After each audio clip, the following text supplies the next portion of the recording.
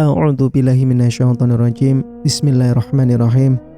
Assalamualaikum warahmatullahi wabarakatuh. Kembali lagi di channel Sampul Hitam. Untuk cerita kali ini, Mang Sukir masih melanjutkan cerita yang sebelumnya.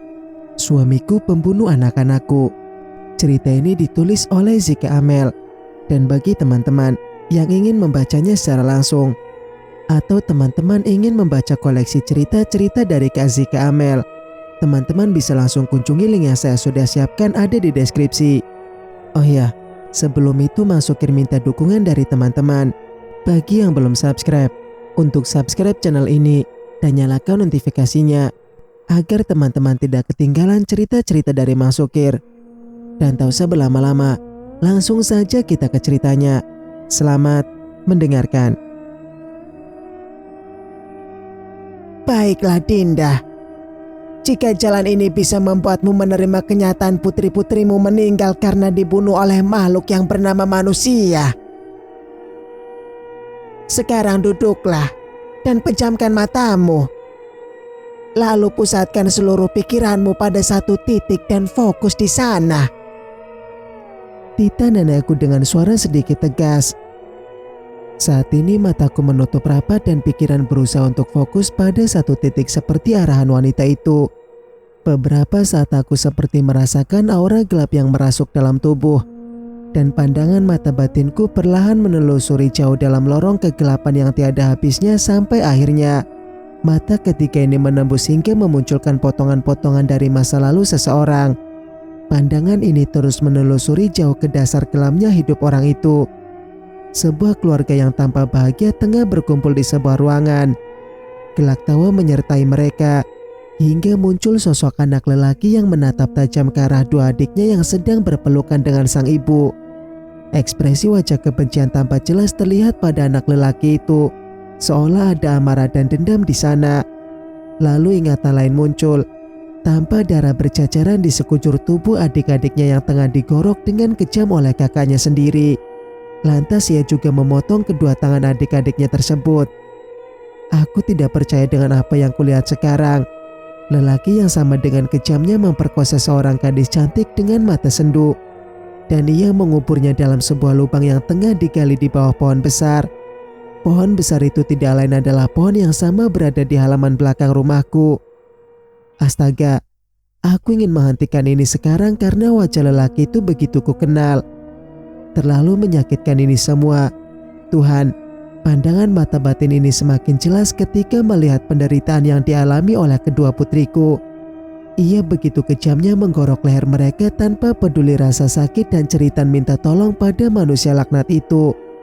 Darah mengucur ketika kedua tangan mereka dipotong hingga putus. Dengan menggunakan sarung tangan ia melakukan perbuatan-perbuatan keji itu.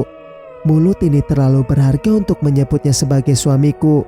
Penny, ya, Pennylah yang melakukannya hanya karena ia mengira bahwa selama ini semua orang mengabaikan kehadirannya. Akhirnya aku mengetahui siapa pelaku pembunuh Andin dan Andita tersayang, papanya. Dengan sepenuh hati mereka menyayangi manusia yang pantas disebut sebagai iblis laknat itu. Kenapa baru sekarang aku sadar dan melihat kelakuan bejatnya?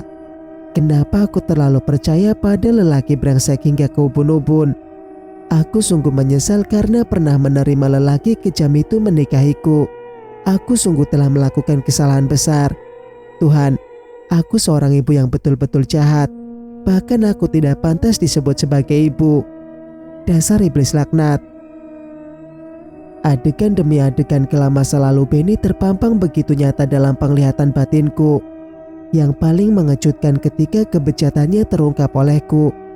Ketika adegan pemerkosaan terhadap gadis cantik yang tidak lain adalah Maya. Ya, gadis yang selama ini gentayangan di rumahku dan selama ini terus menggangguku. Ternyata kata Nenek Ida benar adanya, bahwa kehadiran mereka bukan untuk mengusik kehidupanku. Akan tetapi ada urusan yang belum selesai di dunia ini. Dan mungkin ada hubungannya denganku. Kebenaran yang dulu tersembunyi kini telah muncul ke permukaan.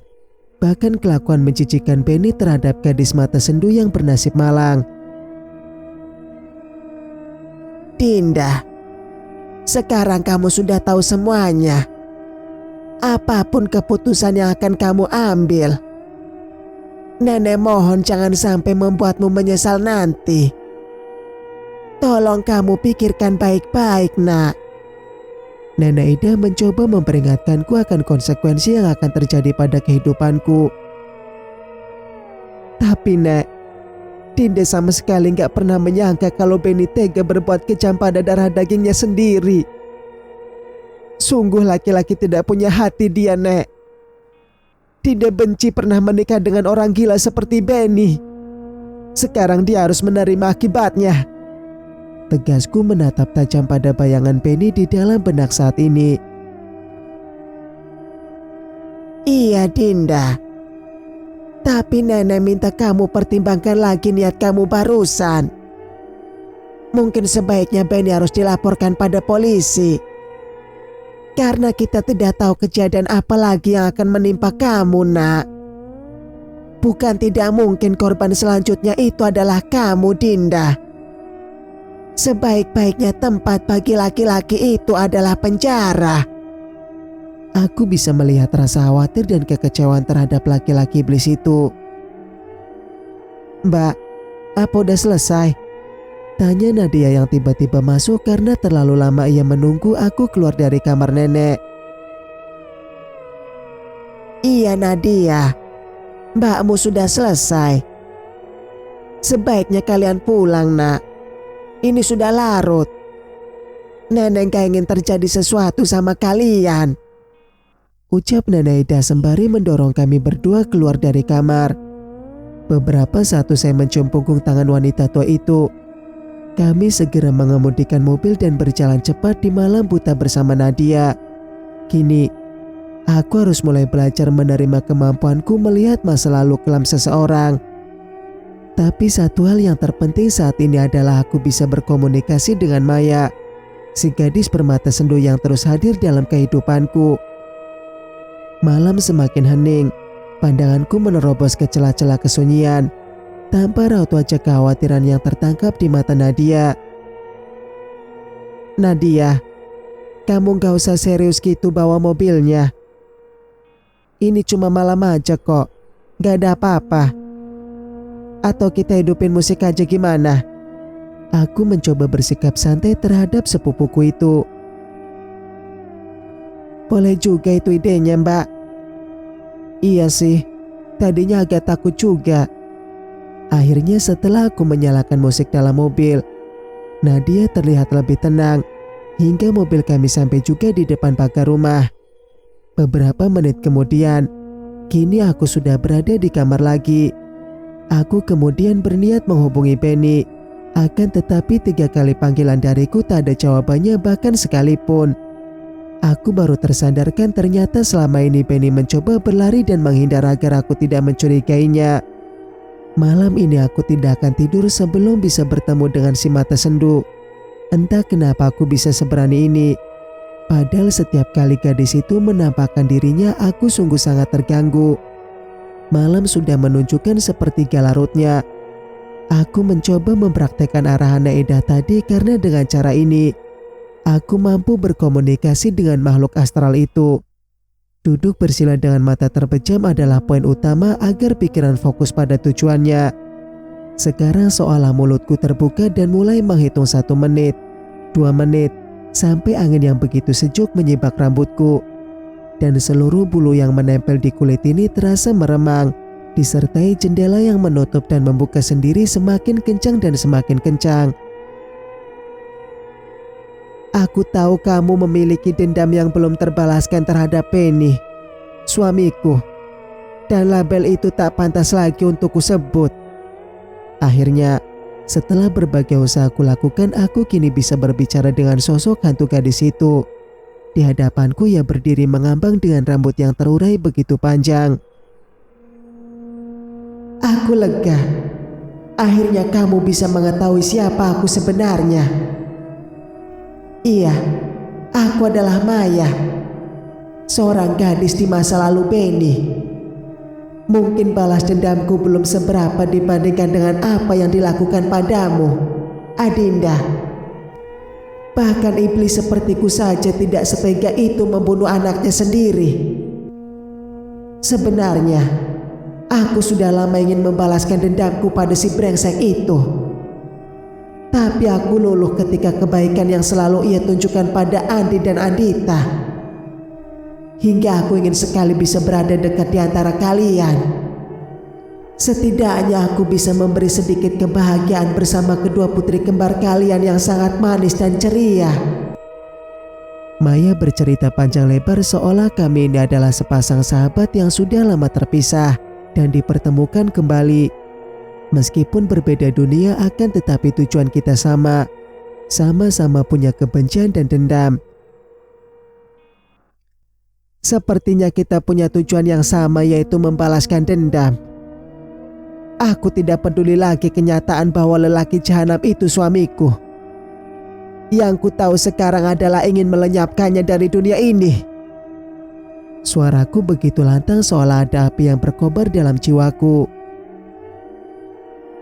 Jadi, akan lebih mudah untukku menghabisi nyawanya sekarang juga. Pekik Maya tidak mau kalah denganku. Jujur, sebelumnya aku tidak pernah ingin berkomunikasi bersama kalian karena perbedaan alam yang kita huni. Namun, aku berpikir 2 kali bahwa harus melakukannya demi kedua buah hatiku yang tersayang. Mereka tidak dapat tergantikan dengan apapun di dunia ini. Tunggu dan lihat saja apa yang akan aku lakukan pada si bejat itu. Sekarang dendamku bukan lagi karena ia pernah melakukan perbuatan keji itu padaku. Tapi dendam ini akan kubalaskan demi Andin juga Andita. 2 putri kembar yang telah meregang nyawa oleh orang tuanya sendiri. Aku paham kesedihan dan kehancuran Maya akibat kebejatan Benny terhadapnya. Sahabat yang ia anggap baik tapi tega merenggut keperawanannya. Bahkan ia menyembunyikan jasadnya tanpa diketahui oleh siapapun saat itu. Pak pembunuh bayaran Benny melakukan semuanya dengan rapi. Cerita Maya masih teringat jelas dalam pandangan batinku ketika Benny si brengsek itu melakukannya. Bahkan kini aku merasa jijik karena pernah satu tempat tidur dengannya. Setelah pertemuanku dengan Maya, lantas aku mendengar kabar bahwa Benny beserta kematiannya yang mengerikan. Ternyata Maya telah memenuhi janjinya dan sekaligus 2 dendam terbalaskan oleh sosok hantu bermata sendu. Bahkan tak terbesit keinginanku untuk menghentikan pembalasan dendam itu, karena memang sebenarnya ini adalah bagian dari keinginanku juga. Mendengar kematian si brengsek itu membuat seluruh nafasku seolah berfungsi normal, tanpa ada kehilangan akal sehatku. Aku yakin setelah ini arwah kedua putriku akan tenang di alam sana, dan berharap suatu saat nanti aku bisa bertemu dengan mereka di surga. Bukan hanya itu kebenaran yang akan kuungkap, tapi masih ada yang tersisa, dan itu akan membebaskanku dari segala tuntutan mereka pemilik hukum. Benar kata orang terdahulu bahwa penyesalan selalu datang terlambat. Iya, aku telah melakukan kesalahan yang terbesar dalam hidupku sendiri. Bahkan akibatnya adalah hal terburuk yang terjadi padaku.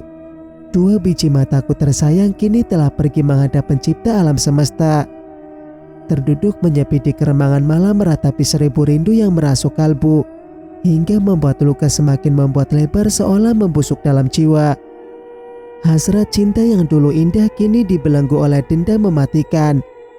Keinginan mengarungi kebahagiaan tak terbatas waktu kini bagai kapal di tengah lautan karam tanpa jejak. Sungguh hancur entah bagaimana bentuknya hidupku yang malang tanpa ketulusan seperti dulu.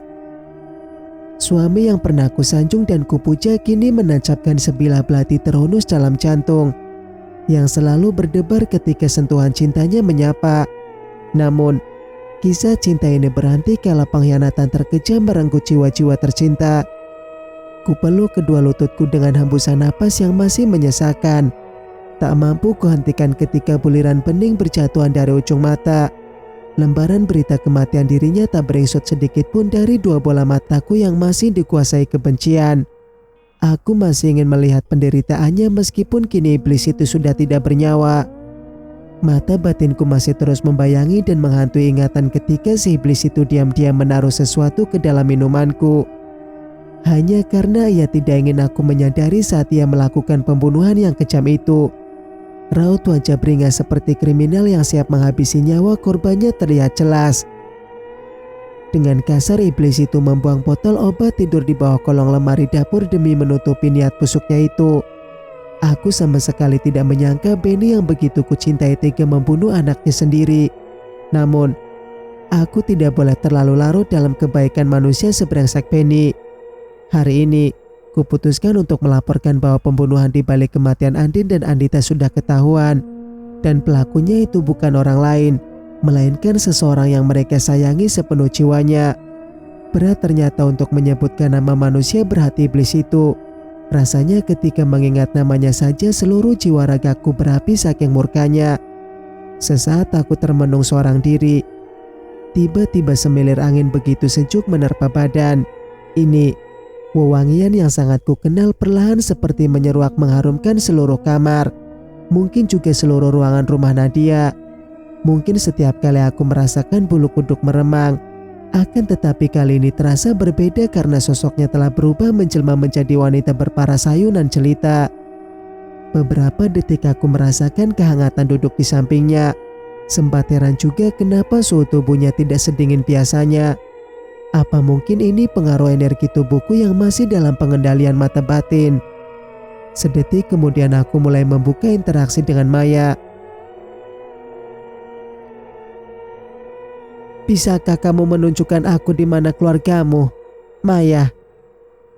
Aku ingin memberitahukan orang tuamu tentang sebuah kebenaran yang mungkin akan mengejutkan mereka ketika mendengarnya. Baiklah, jika memang ini jalan terbaik agar ibu dan bapak bisa tenang dan gak kehilangan akal memikirkan anak gadis satu-satunya.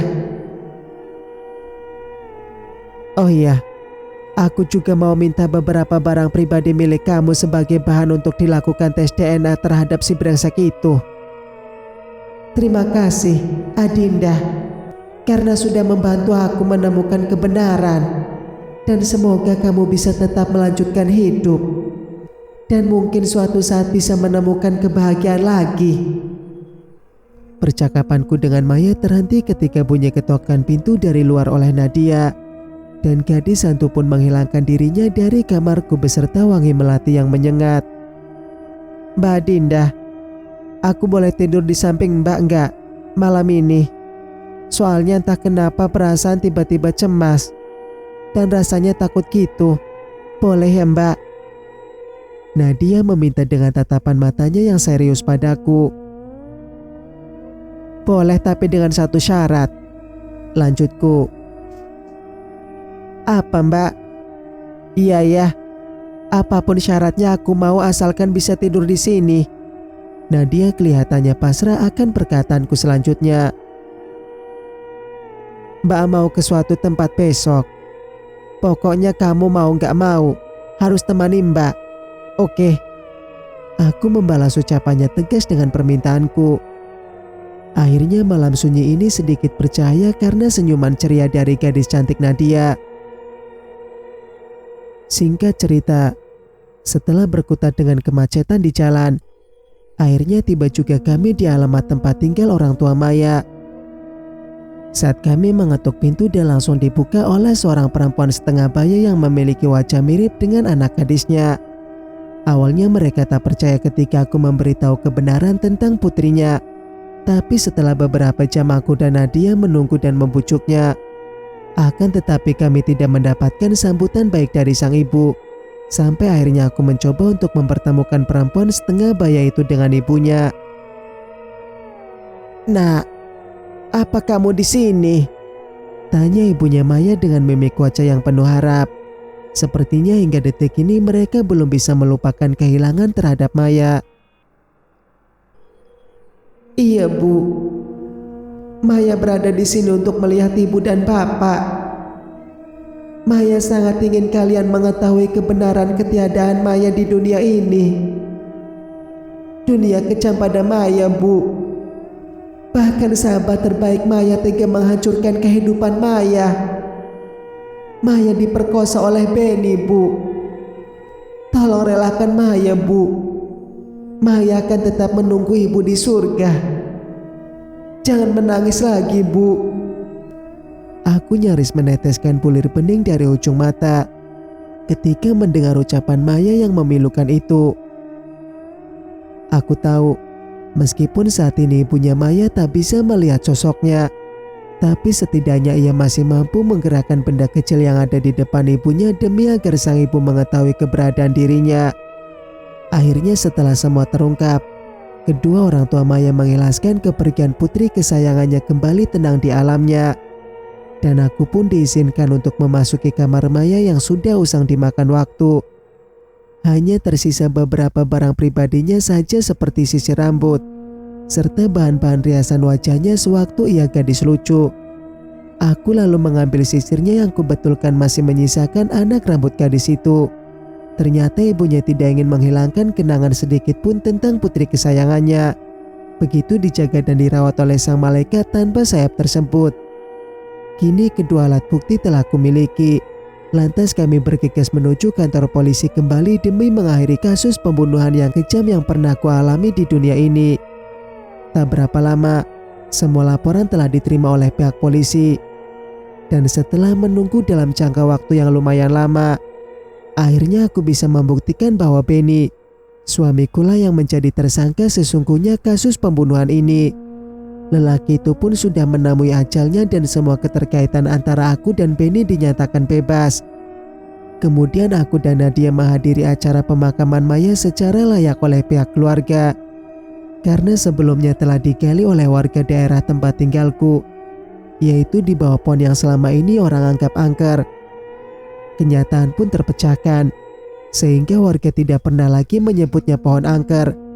Tepat di pemakaman Maya, terlihat oleh mata batinku gadis berparas ayunan jelita serta dua gadis kecil kesayanganku, Andin dan Andita. Mereka tersenyum begitu menyejukkan jiwa raga dalam diriku. Seperti sebelumnya, mereka saling bergandengan tangan dan berjalan hingga jauh dalam cahaya putih yang menyilaukan mata.